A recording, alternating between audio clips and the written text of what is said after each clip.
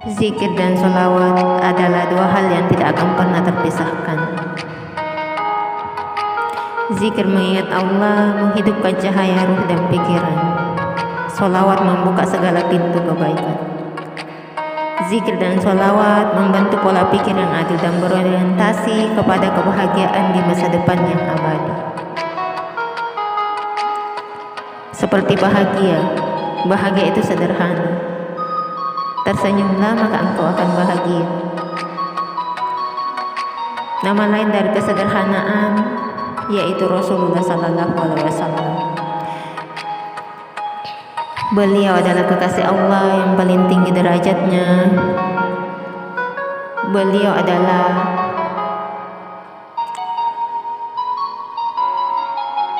penghulu para rasul. Dan beliau adalah kuncinya surga. Tidak akan pernah diizinkan siapapun masuk ke dalam surganya Allah sebelum Rasulullah sendiri yang mengetuk pintu surga itu dan memberi salam kepadanya. Masya Allah, begitu agung dan indahnya beliau. Beliau yang mulia, beliau yang disempurnakan oleh Allah, tetapi beliau tetap sederhana dalam segala hal, kecuali dengan cintanya kepada Allah. Dia sungguh agung dan sungguh mulia dalam mencintai Allah. Sedangkan kita yang manusia akhir zaman, kita buta, kita merasa tinggi hati ketika memiliki kelebihan dibanding dengan orang lain, dibanding dengan manusia lain ataupun makhluk lain. Kita sombong, kita ingkar. Belajarlah kesederhanaan dari kekasih Allah yang satu ini, yaitu Rasulullah Sallallahu Alaihi Wasallam yang paling mulia. Beliau adalah teladan yang sangat mulia. Akhlak beliau adalah Al-Quran, dan beliau adalah Al-Quran yang berjalan. Jika ada yang paling cerdas di semesta ini selain Allah, maka itu adalah beliau, Rasulullah Sallallahu Alaihi Wasallam. Beliau sosok manusia yang sangat berhati lembut, lisannya yang santun dan menyejukkan hati. Saat melakukan kesalahan, dia tidak pernah gengsi atau dia tidak pernah sombong untuk mengakui kesalahannya. Kesalahan yang akan memberikan didikan kepada manusia secara tidak langsung. Kesalahan yang mendidik, seperti dikisahkan dalam Al-Quran. Pada saat itu salah seorang sahabat bertemu dengannya, dan pada saat itu Rasulullah sedang menghadapi kaum Quraisy. Beliau sedang berdakwah dan beliau tidak memperhatikan sahabatnya yang buta ini yang datang kepada beliau meminta dakwahnya, meminta petunjuk. Lantas karena itu Allah menegur beliau, mengingatkan beliau dengan turunnya wahyu. Dan Rasulullah mengakui kekeliruan yang dilakukan, dan beliau mengakui itu di depan para sahabat. Belajar dari akhlaknya beliau, apakah hari ini kita telah mencontoh dan meneladan sifatnya beliau, sunnahnya beliau dalam berkata, menjaga lisan untuk tetap lembut dan tidak menyakiti siapapun. Beliau bahkan mengakui kesalahan ketika beliau melakukan kekeliruan yang tidak disengaja. Dan sosok yang tidak punya dosa adalah beliau. Tapi toh beliau tetap rendah hati. Kalau ada yang mengatakan bahwa beliau adalah manusia pilihan, beliau adalah rasul, penghuni surga, jadi pantas kalau memiliki seperti itu. Kalian salah. Dan diriku pun salah ketika memiliki anggapan bahwa Rasulullah melakukan itu semua karena beliau adalah penghuni surga? Tidak. Rasulullah melakukan segalanya karena hati dan cintanya kepada Allah. Cintanya yang begitu besar dan tidak tertandingi oleh apapun. Ketika dakwahnya ditentang di negeri Taif, dia tidak hanya dilempari oleh caci maki, tetapi dia pun dilempari oleh kotoran, berdarah-darah tubuh beliau. Bahkan darah itu disapukan kepada baik pakaian beliau, agar darah itu tidak tumpah kepada negeri Taif, tanahnya Taif. Karena Rasulullah takut setetes darah beliau yang jatuh, maka negeri atau tempat itu akan binasa dan akan dihancurkan. Dan pada saat melihat penindasan, perlakuan tidak adil kepada beliau, kepada baginda Rasulullah sallallahu alaihi wasallam, malaikat pun marah. Bahkan malaikat pun meminta untuk Rasulullah menengadahkan tangannya, meminta kepada Allah untuk menghukum mereka. Namun apa kata beliau? Sudah, jangan. Boleh jadi mereka tidak mengetahui, dan boleh jadi di suatu hari nanti, tua, muda, laki-laki, perempuan, anak-anak, ataupun dewasa, mereka akan membela agamaku, mereka akan membela Islam, mereka akan mencintaiku, mereka akan menjadi pembelanya Islam.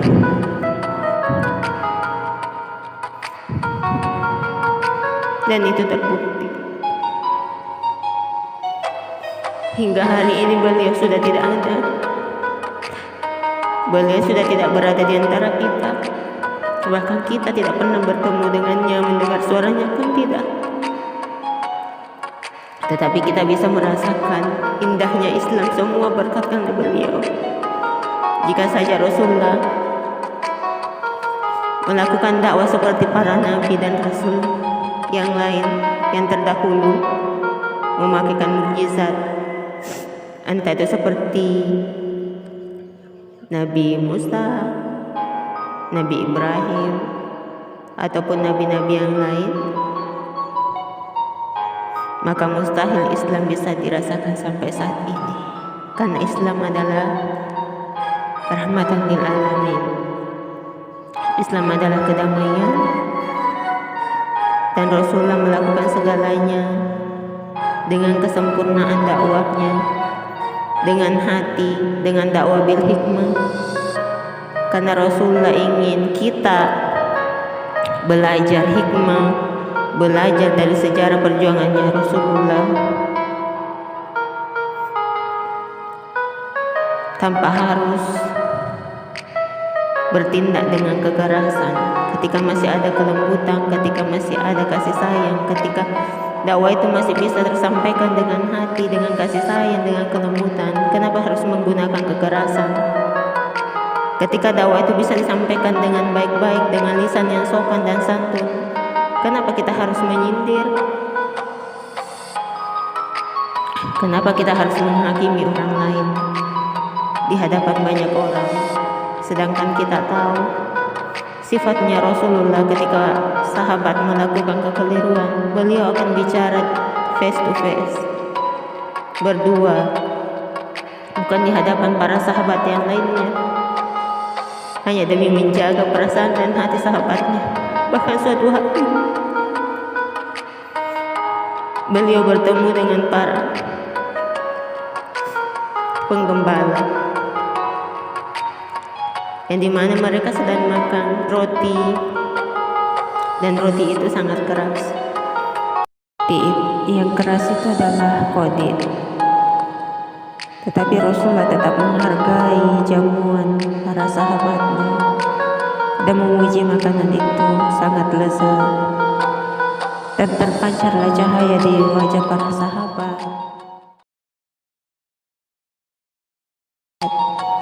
Berseri-seri, mereka sangat nyaman bersama Rasulullah, mereka tenang bersama Rasulullah, Bahkan lebih daripada apa yang mereka rasakan, Rasulullah adalah kebahagiaan terindah bagi mereka.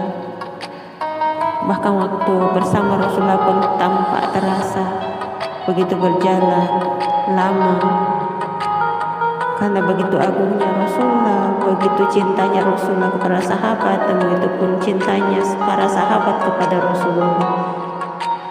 Sehari pun tidak mendengar ataupun melihat Rasulullah, tidak mendengar suaranya dan tidak bertemu dengan Rasulullah. Para sahabat merasa ada yang kurang dalam hari mereka ketika satu hari atau bahkan 1 jam saja tanpa Rasulullah mendengar kabarnya, mendengar suaranya atau melihatnya, seperti ada yang kurang. Masya Allah, begitu agung dan cintanya para sahabat, dan begitu agung cintanya Rasulullah juga kepada para sahabat. Bahkan alam pun sangat menyayangi beliau. Hewan, tumbuhan, semuanya menyayangi beliau. Semuanya mencintai beliau.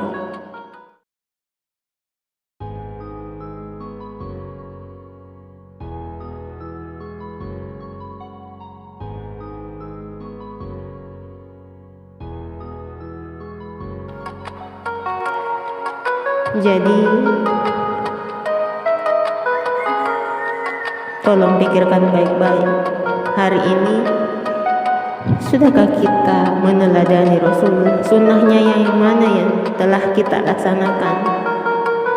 Apakah hanya sunnah-sunnahnya yang dianggap paling penting, sedangkan sunnahnya lain yang ditinggalkan, seperti menjaga lisan, menjaga perasaan orang lain? Jadi sebaik-baik manusia yang menjaga perasaan sesama manusia dan makhluk lainnya itu adalah Rasulullah. Lantas kenapa kita sebagai umatnya selalu membeda-bedakan yang lain, sedangkan Rasulullah sama, menyamaratakan semuanya? Ketika beliau baik pada sahabat yang satu yang lebih kaya, yang lebih berada, maka dia akan tetap melakukan hal yang sama kepada sahabat yang lain. Dia akan tetap berkasih sayang, berlemah lembut, karena setelah Allah, Rasulullah adalah penyampai kasih sayang itu sendiri. Sedangkan ketika kita mendengar namanya, kita tidak bersorak, padahal sangat mudah menyebutkannya. Jadi ketika kita mendengar nama Rasulullah, katakan Allahumma sholli ala Muhammad wa ala ali Muhammad. Kami rindu ya Rasulullah, maafkan kami karena kami terkadang melalaikan sunnah. Kami kadang lupa dengan teladan. Terkadang kami jauh dari akhlakmu, dari meneladani akhlakmu, baik dari lisan, perbuatan. Maafkan kami ya Rasulullah.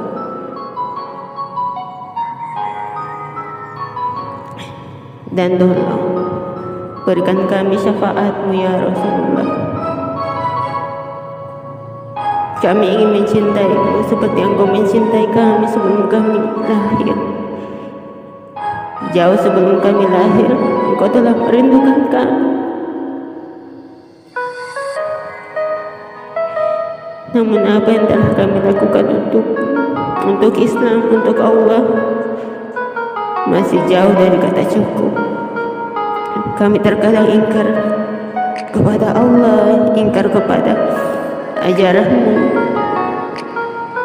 melupakan pesanmu, jauh dari Al-Quran dan hadis.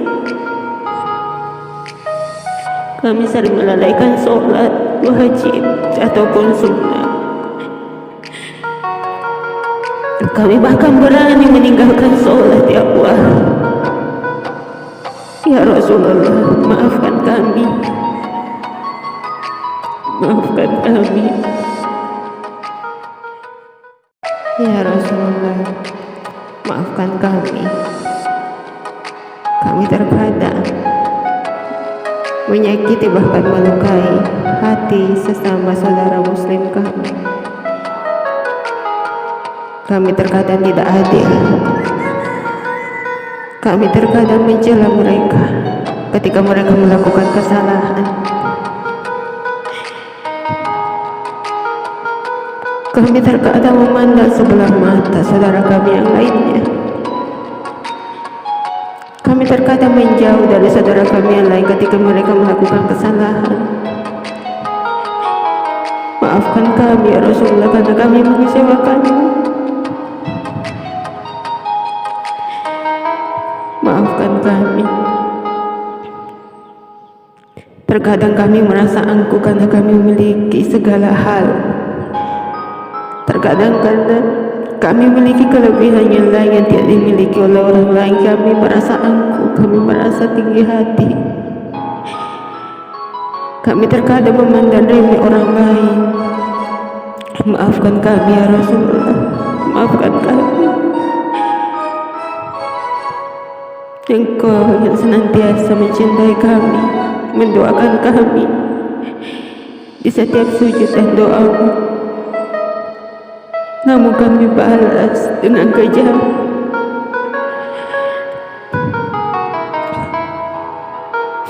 Kami balas dengan hal yang bisa membuatmu sakit dan kecewa. Meskipun kami tahu bahwa kasih sayangmu tidak lekang oleh waktu, seperti Allah yang mencintai kami, yang tidak pernah lelah untuk memberikan kami petunjuk, mengarahkan kami ke jalan yang benar. Namun terkadang kami tidak peka, terkadang kami tidak pandai untuk membaca isyarat Allah ya Rasulullah. Maafkan kami. Terkadang kami enggan bersalawat atasmu, sedangkan Rasul, sedangkan Allah dan para malaikatnya, bahkan seluruh isi semesta, alam, hewan, tumbuhan, bahkan ikut bersalawat atasmu. Namun kami sebagai manusia, kami sebagai umatmu terlalu angkuh ya Rasulullah. Maafkan kami. Maafkan kami yang terkadang mencoreng sunnahmu, yang karena mengatasnamakan sunnahmu kami membuatmu bersedih. Maafkan kami ya Rasulullah. Maafkan kami.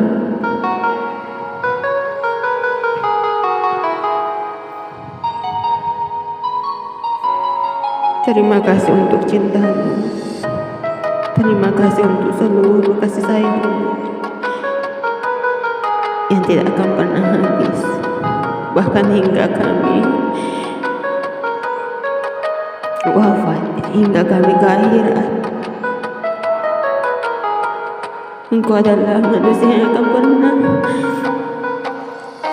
pernah dan selalu sibuk, yang akan selalu sibuk untuk mengurus kami sebagai umatmu. Di titik silat Engkau akan menunggu kami, umatmu. Namun pantaskah kami disebut umatmu ya Rasulullah? Pantaskah kami merindukanmu? Pantaskah kami disebut sebagai umat Muhammad sallallahu alaihi wasallam, umat Rasulullah? Sedangkan kami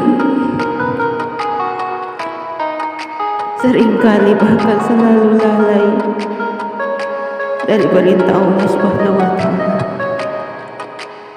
Pantaskah kami merindukanmu ya Rasulullah?